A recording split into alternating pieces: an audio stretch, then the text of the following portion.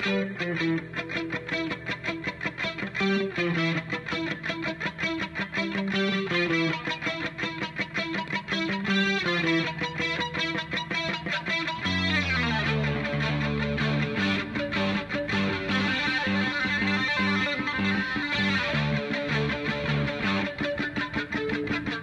a lovely May afternoon in the garden of Rockaway House, I spoke to Dick Lucas. Dick is the lead singer with the Subhumans, Culture Shock and Citizen Fish.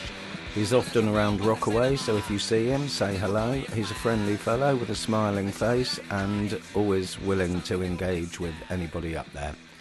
Here we go. So Dick, hello. How long have you been doing the Subhumans now? Oh, way too long for a grown man like myself. Let me think. Full bit of maths. It's 2024. It used to be 1980. That's quite easy. 44 years. Where did you start off? I was living in Melksham, Wiltshire. 20 miles away was Warminster in Wiltshire, where everybody else who ended up as the Subhumans were living at the time, which would be Bruce and Grant and Andy on guitar, bass and drums, respectively. And I bumped into Bruce and Julian, who was in a band with Bruce at the time called the Stupid Humans. And Johnny Club started playing Trowbridge, of all things, in 1980, and I happened to go to that, as you would, because nothing ever happened in Trowbridge. And Bruce and Julian were there, we met each other. Oh, you in a band? Yeah, I'm in a band. Oh, you in a band? Yeah, I'm in a band. I was in a band called The Mental at the time, and they were in a band called Stupid Humans. So I popped over to Warminster and watched a couple of their practices and became mates and got drunk together quite a lot. And then they split up, The Mental split up, me and Bruce got together, Andy was drumming, Grant was on bass, and formed a few songs, and about a week after that started, we did our first gig in Bradford-on-Avon. It was all very go, go, go for the first few years. There wasn't that many gigs, but every one of them I can just about remember a lot of detail about, as opposed to the last 17 gigs, the details which are fading already.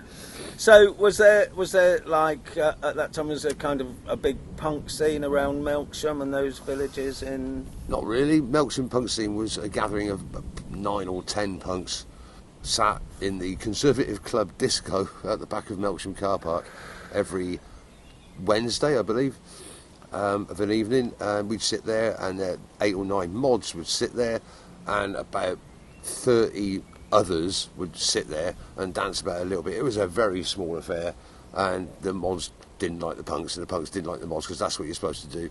And then they brought in two-tones, started getting played, and all got a bit confusing, because like, oh, well, I don't like this mod stuff, but like, it's actually sounded quite good in here. Specials and too much pressure and all that. So, the Trowbridge scene was much bigger, couldn't help but be bigger to come to think of it, but there was a proper disco at what used to be called the Capricorn Club in Trowbridge. That was every Thursday, so 2 nights over a week I'd be at Melksham, then hitch or get the bus over to Trowbridge and meet a bunch of people there. I was straight out of boarding school, so nobody actually knew who I was, which is a great advantage. Because if you come across a whole scene and you're completely young and don't know anybody and you just will talk to anybody, that makes you quite a friendly person to talk to. So I made a lot of friends quite quickly and was very glad of it. And that's the same sort of thing, a quarter of an hour of punk rock music in the middle of a load of disco and soft cell and that sort of thing. So yeah, the Melksham, I call it the Melksham, Trowbridge, Warminster punk rock triangle. There were small scenes in both. Warminster had a bigger scene because they had a youth centre at which the bands there were allowed to practice in once a week, and there's nothing like having somewhere to practice regularly that keeps bands going and inspires people to form their own bands. They had the Stupid Humans and Audio Torture, Organised Chaos and the A-Heads came next, along with the Subhumans. They were the sort of main 3 bands going on from 1980 onwards. We'd do gigs together and share the same space and get drunk together, and it was just like, it was excellent fun. Down the road, of course, was the Mob, who lived in Scene at some point. They were sort of a strange bunch who lived in the middle of like nowhere, who we'd play the very occasional gig with. There was one in Trowbridge, one in Devizes. An interesting bunch. Didn't really see them socially much, but bump into them at gigs and that. So you weren't hanging out with them socially then, but did you know them through their records or anything? They'd had records. Oh, I had the single, No Doves, had the first album. Yeah, loved them. Presumably those gigs you were organising yourself around that sort of like Wiltshire triangle that you mentioned? Yeah, there was no management or people phoning up making offers of putting gigs on for us really, not at that point. We were still only playing locally. It was a case of somebody who knew somebody else who knew who ran the back of this pub or this youth centre. I didn't personally organise much in the way of gigs. As we broadened out around 1981, Flux of Pink Indians heard about us on the New Crimes compilation tape.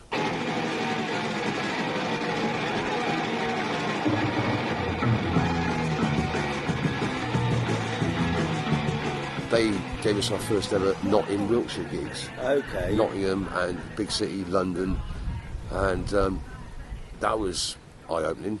Can you remember where you played in London? The first time, I'm not sure which time was which, but one of them was the Moonlight Club. So how did you find it playing in London? Was it a lot of people coming to the gigs? Very different. Yeah, London was very, very vibrant. Loads of punks.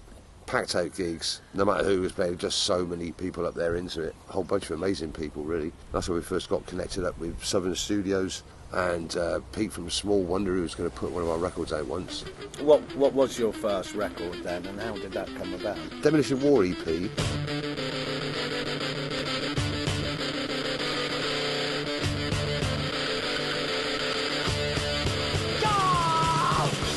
Flux said, would you like to do an EP on Spiderleg Records? That was their record label. We said, yeah. And we did a demo tape of the songs that might go on it. And they liked some and they didn't like others and wanted this one and not that one. It's like, whatever. Was that mostly Derek that you were... Derek, yeah, the voice of reason. Yeah. His reasoning played quite a lot in decision making, it seemed. Yeah. Or he wanted it to. We did record it in Corsham. In Wiltshire, again, with Steve the engineer. We knew very little about studios and how they work, so it was all mostly recorded live. It was all recorded live. Did a couple of songs twice or three times to get it right. Just sort of winged it, really. The whole experience cost, like, I think, 60 quid to record Demolition War, which we had to raise ourselves before Southern gave us the money back eventually. Well, you're one of the rare people that got any money from them. I didn't know they had that reputation. No, they paid us. They paid us regularly. Okay, well that's good to hear something positive about Southern, because I hear a lot of to the contrary and have personal experience as well. But recent dealings with Southern, when I say recent, the last 10 years have been awful for various reasons we can or won't go into. Yeah. Shall we say, in the 80s with John Loder there. John Loder really liked us and Rudy Mighty Peanut and Crass, and we were apparently the only bands, punk bands, that he would personally engineer in the mixing process and recording. That came out on Spiderleg. Yes. And that increased the amount of time you were gigging? Then? Well, doing gigs with Flux brought us out of Wiltshire into people's visual radar. They had pre-orders for 1,000, then the week after that it was 2,000, the week after that is 5,000 for a first record. That's an incredible amount. So word was getting out somehow just by people hearing us on tape. Cassettes were the downloads of the day. Yeah, cassettes were really, really important. Yeah, they were cheap to copy, cheap to buy, fairly cheap to post off. Yeah, that whole cassette culture, I think, was really important to lots of bands, you know. And also you could make up tapes and sell them at gigs and stuff like that, which, you know, helped. And they didn't scratch, and they didn't jump. Has the lineup remained pretty constant throughout? Since '83. Yeah, Andy left, he wasn't interested in it anymore, and Trotsky joined playing drums, he's been there ever since. Grant left, still not quite sure why he left, but he did. And then Phil took over, and he's been there since October '83, 41 years in the same lineup. Yeah, that's amazing. Yeah, you all still get on? Yeah, we do. We chat a lot less on van journeys, it's a lot quieter than it used to be. There used to be pillow fights and silly arguments and chucking stuff around, and that youthful buoyancy. There again, we did have Pete the Roadie in the van at the time, which was a partial influence on our madness. So when you started writing songs, what was motivating you to write songs? Was it just like, I want to be in a band and I don't care what I sing, or did you have any particular kind of thing that you wanted to put across? Yeah, I had no, 5-year or 5-minute plan or anything. Get away from the window, the DSR outside, the little packets in our pockets, stuff we gotta hide. It was definitely, I definitely wanted to sing. I liked singing. I was dead nervous about singing.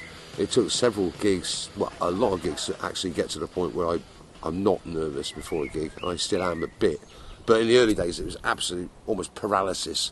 But actually doing it just made it all worthwhile. I like words. I like writing words, and I like the nature of punk rock songs, compared to the nature of all the lyrics I'd ever heard before punk rock came along, which seemed to be either a bit abstract or surreal or just love songs or about whatever, and you just got into the music or didn't.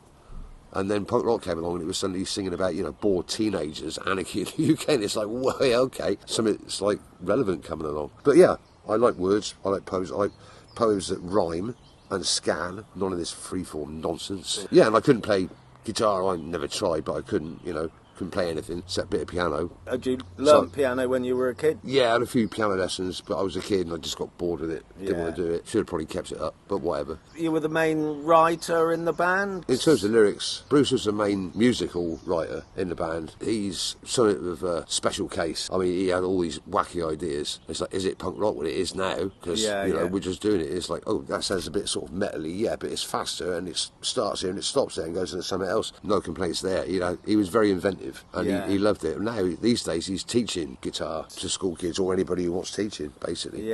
So he knows it inside out. And he had the youthful energy to come up with a lot of tunes very quickly. Every practice, we were inventing 2 or 3 new songs, which is pretty good going. And do you still write a lot now? Not as much as then. As you get older, you get more serious about what you're thinking and what you're writing. You also get aware that people will be reading it at the other end or something. At the beginning, you're not writing for anybody except yourself. You're just writing stuff down because that's what you're thinking, or it sounds good, or it looks good, or it makes sense, or it doesn't make sense. Some of the early lyrics are just fairly nonsensical, basically.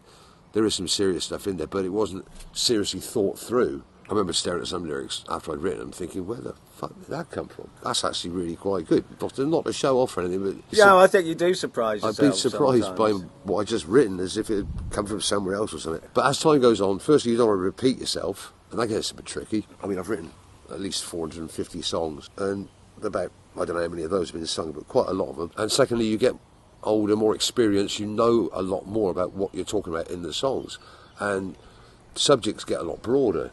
It's easy to write an anti-war song when you're 18. Dead easy. Fuck war, stop war, war sucks. It's bloody awful. And now, what's the point of it? Now the subject of war, take Israel at the moment, for instance, is just massive. How do you condense all that into like verse, chorus, end? Really tricky. You've got to find some angle on it. I still like doing it, and when I've written a good song, I don't stop until I think it's actually good, and I've got more self-critical in the same timeline as well. I used to write any old nonsense. Yeah, that'll do. And now I guess that rhymes. That won't do. I make more sense out of that. And a quarter of an hour later, I put that word in instead. It gets a bit laborious in a sense, but that's what happens in the background of songs, and it ends up being with a good tune.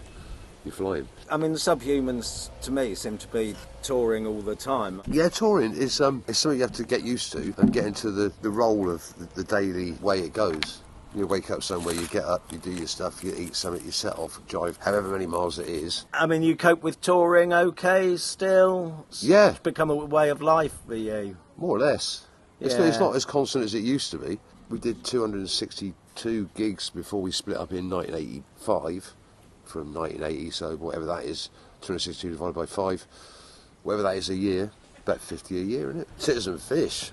One year we did like 100 and something gigs in one of the years. It was insane amount of gigs. So yeah, I'm very used to touring. I like it because it's always something different. If you wake up with a hangover, you will get rid of it and do it all over again until you can't handle it anymore. You split up then in 1985?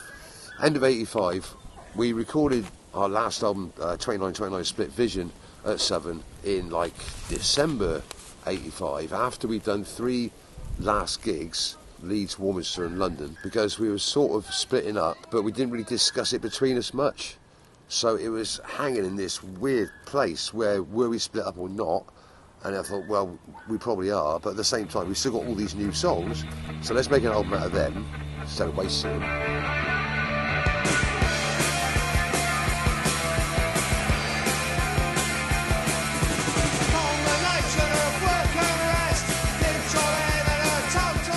We mixed Split Vision in June 1986, by which time I'd started singing for Culture Shock, which is a band that came out of various... Were they already going and you joined them? They were just starting off as an idea. Nigel, bassist for A-Heads, got together with Bill from Organised Chaos. Both of those bands split up at the end of 85 as well, with a mate of Nigel's called Paul, up from Devon. He was a really good bassist with loads of ideas, so Nigel moved to guitar, Bill stayed on drums.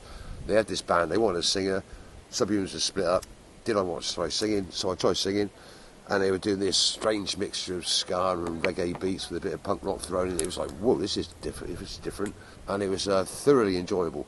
Took off a treat because there was all this space to sing in and a different beat to sing to most of the time, and less shouting, more singing.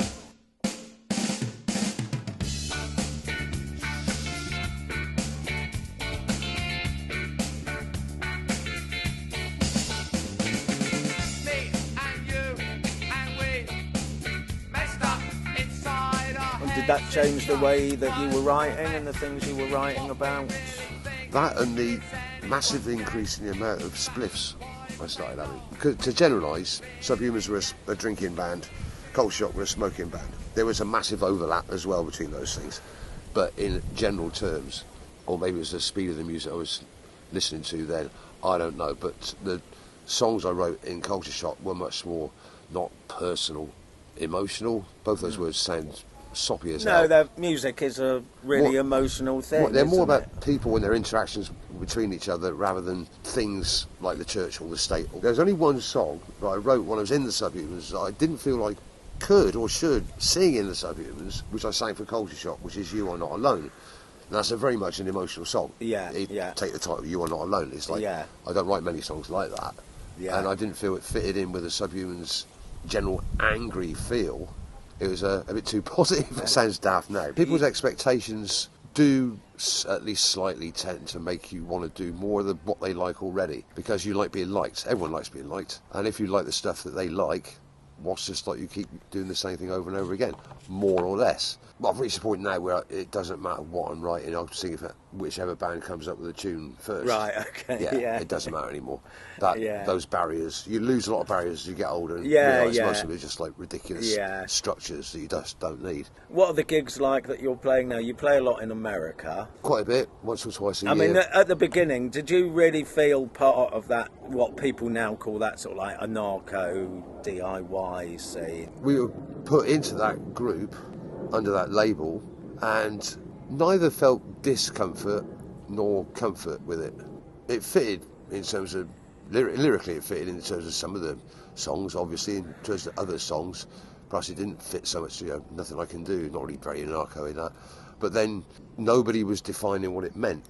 Basically meant, were you linked to bands who sang anti-war, pacifist, peaceful protest songs, and we had a few of those, but we were linked by being on Spiderleg Records, run by Flux, who were on Crass Records, run by Crass. If you like those bands and you like the fact they're saying something that's actually inspiring you and making you realise yourself that there's more to the world than just like pubs, relationships and wars somewhere else, but there is such a thing as a system, and this is how Crass were a major influence on ways of thinking about the world generally and life in general, and it gave me a lot of power of confidence, as opposed to feeling very unconfident for most of my teenage years, because just alienation, that sort of thing, nothing made any sense, everything was a hassle, didn't want to do this, why should I bother having to get a job and look neat and tidy and pay this much for that, and all the structures were there, but I didn't know they were structures. And then Crass came on and said, this is how the structure works. So the system is here. It's here to fleece you, get everything out of your life until you die, and then you die. And it's like, oh, yeah, actually that probably makes more sense than not. Yeah. So mentally, we were anarcho-punks, and then we thought, but we're still polluting the earth with our vans driving everywhere. And at that point, we were still eating meat. Gave that up, partly, if not mostly, due to the effects of reading all about what happens to animals in a slaughterhouse, care of Flux Pink Indians, for instance. So, these bands had a lot of influence on us and a lot of other people. So, how do you find, bringing it up to date then, how do you find the gigs now? Because you tour a lot in America. Are people still interested in those ideas, or they're just coming along to have a dance? It's always has been. It's a mixture. There's punks who don't want any politics in their enjoyment factor, not the other way around. Does it work the other way around? People who don't want enjoyment in their politics. You don't go to a gig to have a bad time, do no. you? Although sometimes you do. And maybe they don't want the politics, it's just they don't mind it, and they get curious about the words. Maybe they go home and get out the records or get out the words, or look it up online as they do, and check out what was being sung at them, because they're quite interested in bands that got something different to say, and it seemed to be quite enthusiastic. That's where discovery and communication is Yeah. doing a very good job in punk rock. Yeah. In America, quite more so. They're quite openly vocal about how they feel about stuff. It's all positive, but it's all so unthought through, and it's a version of hero worship and putting us up on pedestals, and I really don't like that. And punk rock is the one style of music where that really should not have happened. It shouldn't happen at all, because that's where like anyone can play punk rock, even if you're crap. In fact, if you are crap, form a band. You're a punk band already. You can only get better. Go for it. Yeah. And there shouldn't be any heroes in punk rock at all. It's all partly down to longevity. Doing it for 40 years gives you this extra layer of attention just because you're still doing it. Fair enough, but like it's still more or less exactly the same as it was 40 years ago. Is that you get in the van, you go to the gig, you do your thing, you get paid whatever, you get in the van, you go back, you wake up, and had a good time. Yes, we'll do it again. So no stopping you then? No, not yet. I think. Oh, no, I'm not going to say what I could think. I'm going to hold wood, touch wood. Yeah. One of us will all die in a plane crash or something. That'll be the end of it. Okay, Dick. Unless there's anything you particularly want to say. It's a lovely day for doing this. We got to May before the sun came out this year. That's global warming for you, folks. It's global freezing, in other words. Yeah, it's certainly global fucked up one way or another. Yeah. All right, Dick. That's absolutely brilliant. Thanks a lot for that, mate.